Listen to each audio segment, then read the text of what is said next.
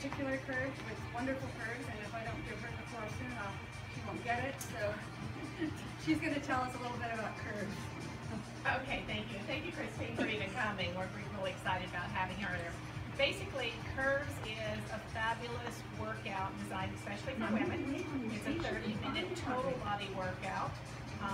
You're on the circuit for 30 seconds on each station, I should say, and then you're bounced over to a recovery board. You go around the circuit twice, and then we have some fabulous stretching at the end. Move to the next station and resume exercise. So I came to Curves 10 years ago almost my 10th anniversary, and I love it, and the ladies are wonderful, and you get a chance to work out in a safe environment. They'll pick me up if I fall, and all that good stuff.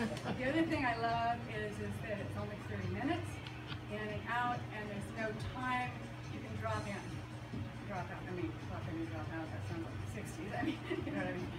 So it's really a free schedule thing. So those are the things I love. I love the ladies, but a lot of this stuff is in our reading, so I'm going to move ahead. I did want to say that the Blue Star Moms, which is the benefit we are supporting today with the purchase of a novel, for those of you who don't know, they are the mothers of military, actually active and inactive, I believe. It's a support group, and there's an East Bay group here that has been tremendously active and send care packages and support one another. So that's essentially where the proceeds from this novel will go, 100%. So without further ado, we will start. And I will become Anna all of a sudden. It is a reading, so please keep in mind that we're not in costume, we'll be sort of on. Since we're Curves ladies. But it is a reading, and we're not who we're reading. Stations now. So,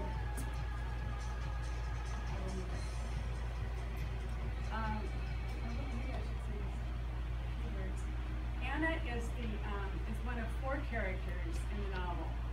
There are 4 threads that work together in Berkeley, UC Berkeley.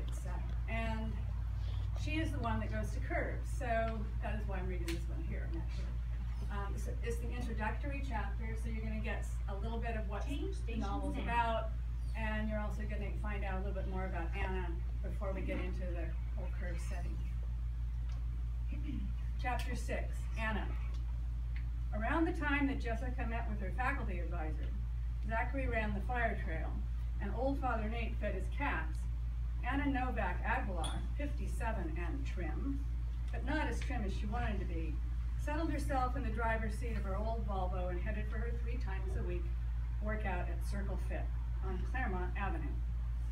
She had kept to her usual slimming breakfast: low-fat yogurt with protein powder, a whole wheat English muffin, oh so lightly buttered, half a grapefruit, and Earl Grey tea with a dollop of milk and a drop of honey.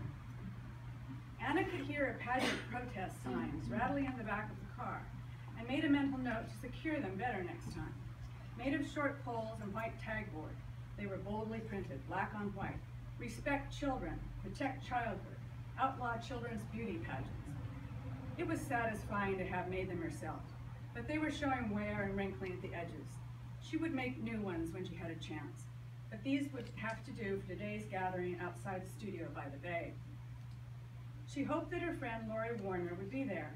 Lori might have suggestions as to making them sturdier, since she made signs for her bookstore.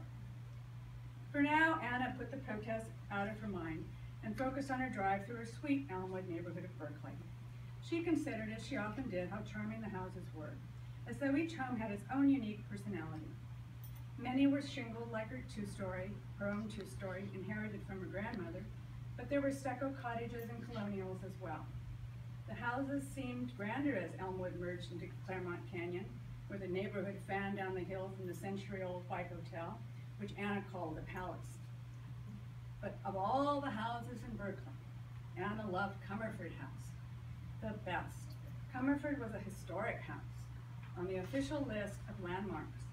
Anna was a docent at Comerford and proud of it, passing on the history of Berkeley to all visitors. But she worried that the house might close due to funding shortages. That would be sad. Father Nate and others at Comerford House had become like a family, a real blessing. Anna wouldn't have said she was religious or even spiritual, but as she turned down Claremont Avenue, she counted her blessings. But just as her devout mother Marta had trained her, Comerford for sure was one of her blessings. Another blessing was her roses. She glanced at the cut roses on the seat next to her. They looked okay, the stems banded in a wet paper towel in her plastic bag. Her 3 crops had been excellent this year, but she expected this would be the last before winter when she would need to prune the stalks back. Anna often mused that life was like a rose garden, that people were all roses growing in the garden of the world, different colors, varied markings and qualities, each one special. Some people were thorny, some smooth, some were beautiful, some plain. Her own roses needed the discipline of pruning, just like people did. If they weren't pruned, they didn't flower, which Anna concluded was true of both roses and people. Anna knew she needed pruning a few years ago, when she was just a tad too heavy. Now she needn't worry about being overweight, not with her new exercise program. The roses taught her about pruning, and Sue, her neighbor, told her about Cindy's Circle Fit, where she soon learned how to prune herself and have fun at the same time, even make friends. Once size 16, now size 10. And she loved chatting with the ladies as they moved around the circuit, for her life was somewhat solitary since her ex Luke had left. With music, 50, 60, 70 songs with an easy upbeat, the circuit was like a dance, both a dance of the body and a dance of friendship. She loved her Circle Fit sisters.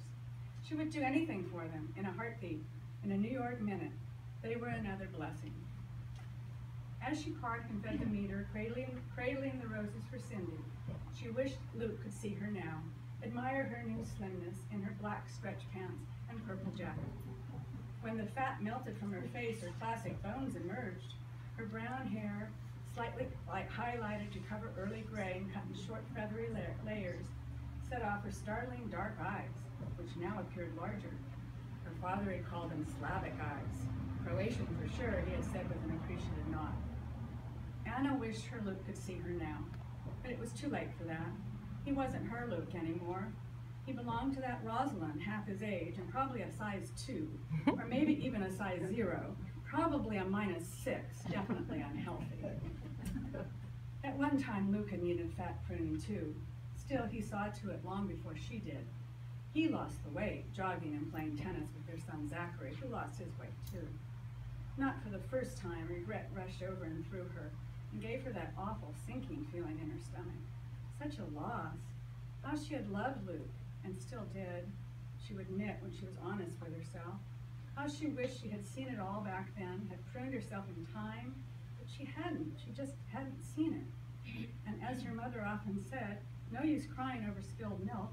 It was water under the bridge, she would say. No point in beating a dead horse. After all, it was over 2 years ago that he moved out.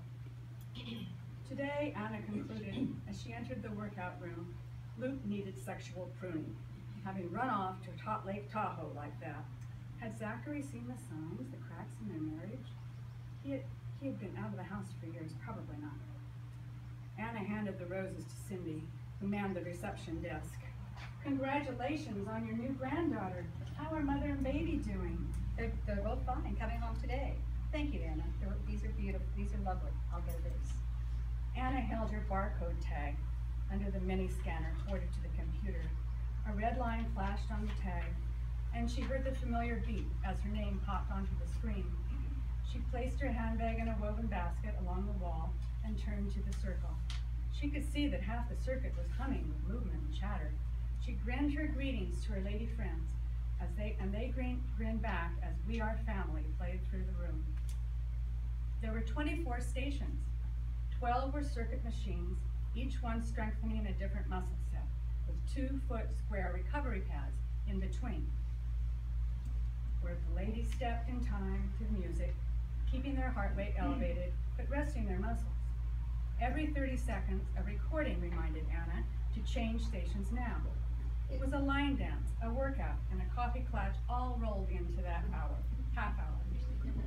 She would make 2 circuits in that time, gently increasing her circulation and heart rate, and she would leave a little lighter, a little fitter, and a whole lot happier. Nancy, Carol, and Jeannie were discussing movies they had seen recently, as Anna warmed up on the recovery pad nearby, stepping to the beat. She had assigned association labels to her friends to remember the names. Seemed like soft porn to me. Carol said, glancing at the others as she powered her legs forward on the leg press. A former teacher, she spoke with a certain authority. I wish there could be better role models for children. Anna admired her, and not just because Anna was also a teacher once, but Carol was the carer. She cared about everyone, animals, the sick, the lonely, the homeless. She volunteered at the local hospital and sometimes came to workouts in her smock. Anna had never worked in a hospital. It took a special kind of caring, she thought, to nurse the sick and the dying. There was old Father Nate at Comerford, but he helped her more than she helped him. She rarely thought about his face in the fire. And then there was his brother Nicholas, whom she simply admired for his cheery temperament in spite of his paralysis. She had learned so much from both of them. The ladies murmured their agreement to Carol. There's always sex and violence. Nancy said, as she pushed the pec deck with her forearms. It seems nothing sells unless there's sex and violence. Nancy was the novelist, and she was religious too.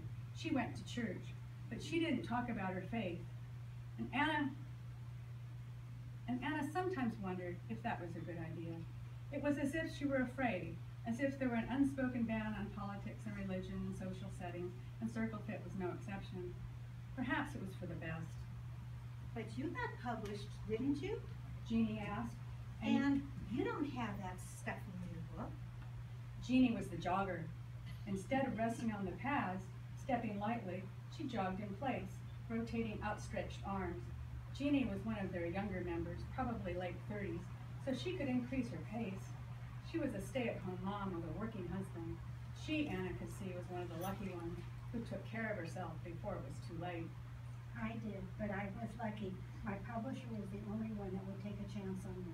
Anna considered herself a librarian now that she worked at Comerford House and had filled 2 upstairs bedrooms with children's books. She slipped onto the seat of the biceps-triceps machine, placed her arms between the cushion rollers, and began a vertical movement. Young adult literature is full of sex and violence and worse. Really dark stuff. I have to reject lots of books donated to Comerford, even prize winners. Any recommendations? Jeannie asked, now on the shoulder press lap pole, raising and lowering the handles vigorously. My kids will be that age pretty soon. Pleased to be asked and keen on sharing her knowledge, Anna replied, well, anything in my library, if I don't read them first, I read reviewers I trust. Come and visit. Honor system. No fees, no cards. I should visit. Jeannie meant it, Anna could tell, as she nodded thoughtfully. I'm a pretty tough gatekeeper in terms of titles, some say, Anna added, stepping in time now to the Beatles' paperback writer. I like to think of Comerford Children's Library as the last refuge of civilization. Carol glanced at her. How did that tussle with the free speech people work out? I was rooting for you, Anna. I read about it in a paper. I thought it was awful the way they made you into some kind of censor. Anna frowned, choosing her words carefully. Free speech is important, so I have to say that the accusations of book banning really hurt. But porn is porn, and children are children. Adults are adults and should guide children, protect them, show them standards of behavior, not empathize with vampires and the living dead. You can't let darkness take over children's minds, but she said too much. In the sudden quiet, Anna threw more fuel into her fire. This was her mission, and she couldn't stop. Kidnapping, and pederasty, and incest, and beatings, real brutality. I know, even when I was teaching junior high, middle school, stories celebrated the criminal, the brutal, the heartbreaking. We were told it was good to experience the real world. I remember Go Ask Alice. I refused to recommend it. Rape, drug addiction, prostitution, overdose, but I didn't have to deal with banning it, just avoiding it. It's worse today, Anna said, trust me. Mutilation and blood, vampires and sex, ghouls, the undead. Some say these characters reflect real life, but I say, please, give me a break. Children are children, so today we have generations of adults that have been raised on this misery with no heroes, no role models. Anna told herself to settle down. She was getting carried away. And then there were the child beauty pageants. Well said, Anna. Good for you. I must have missed that news coverage. If I ever write a young adult novel, I'll be sure and let you know. But at this point, I'm more interested in the grown-ups such as they are. What are you working on now? It's a mystery, a quest set in Rome. As Nancy chatted about her novel in progress, Anna recalled the free speech issue of last year, how upset she had been when she had seen her name in the newspapers. But how, in the end, the board of Kummer Foundation had supported her book choices. But for how long? It was a scary world sometimes when right was denied and wrong lauded. Where was it all leading? Robin, the reporter, had joined the group and was warming up on a recovery pad, stepping slowly. Sorry, that's mine. Any developments on the People's Park case, Robin? Anna asked. Just that it wasn't stranger rape, Stranger rape? meaning that in this case, the man and woman know each other. Stranger rape is used to describe rape when the persons do not know one another, are strangers, as opposed to when they know one another, but aren't on a date. When does no mean yes? If it happens at a party, not a date, is it date rape? As the law stands now, if the woman is intoxicated, the act is judged rape, no matter what she said at the time. That is, if she's pressing a case. Of course, many women don't press charges at all. Fire is up everywhere. It seems, at least it doesn't feel as safe as when I was growing up. She was working the ditch rod, standing straight, grasping the horizontal bar, pulling it up and pushing it down like a railroad engineer. They waited for Robin's analysis, their inside peek at the news media. Robin was too thin, Anna thought. She just worked out so often and dieted so strictly. But now she looked almost like a prison camp refugee. Nevertheless, she was agile and most likely strong, and she wore her blue spandex with style, her silver hair braided on top of her head, her aquiline features alert and confident. Anna figured that Robin didn't need pruning. She needed a vacation somewhere tropical with no exercise machines in sight, and lots of tempting food, the tortellini maybe, like Anna's mother used to make. Robin turned to Carol. Did you see how one of our photographers was robbed at gunpoint yesterday morning in West Oakland? 2 men ran up to him and grabbed his gear. Were they caught? Not yet. Had a getaway car. The ladies shook their heads and mumbled. It was not an unusual story. Anna knew the reaction was always the same: disbelief, denial. You've heard about the Fire Trail murder on Wednesday, broad daylight.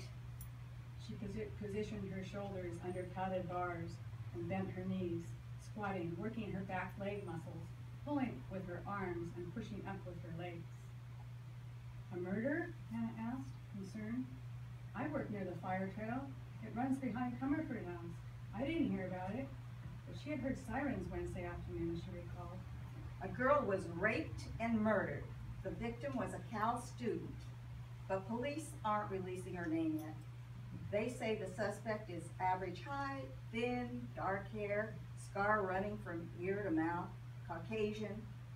Will you let me know if you hear anything? Sure, Anna said. She shuddered. A murder so close by. Was Comerford House safe? Was Father Nate safe? Was the trail safe? Her Zachary ran that trail. Did he know about the murder? Cats. I work for. Jeannie said. She stepped off her recovery pad and began her cool-down stretches. I worry about my kids. I thought they would go to Cal, but it might be better to send them away, some small town. Maybe so, but Cal's a great university and you live here. They shouldn't have to go away to be safe.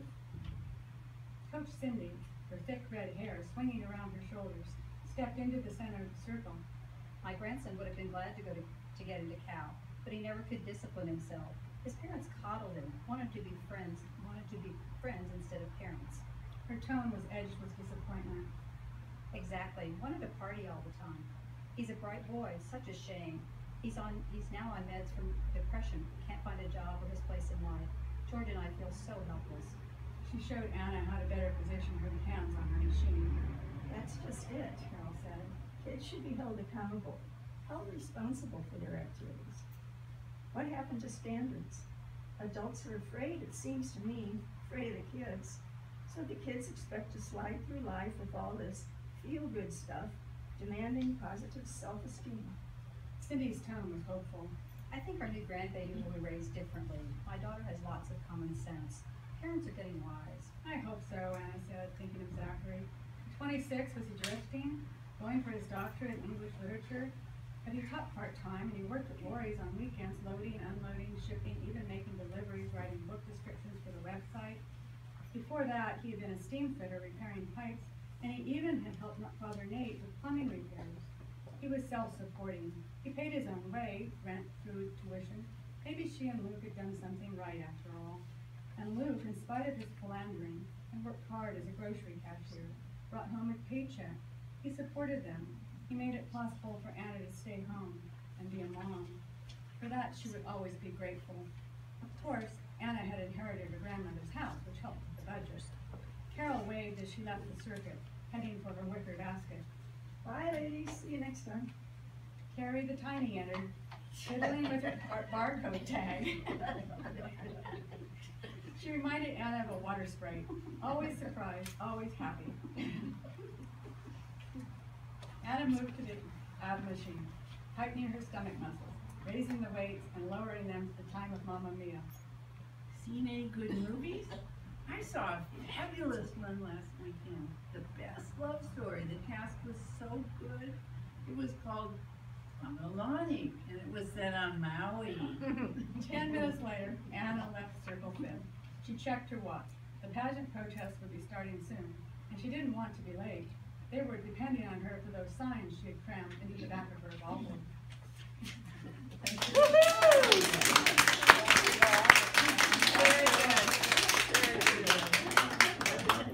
That's really cool. Good job, all you ladies, for volunteering to do it. Yes, thank you so much. It was a lot of fun. I'd like the readers to, if somebody could hand the readers a copy of the book, and I'd like to get a group photo of all of us with the book. For my publisher. Would you like to? No. Okay, can I stop now?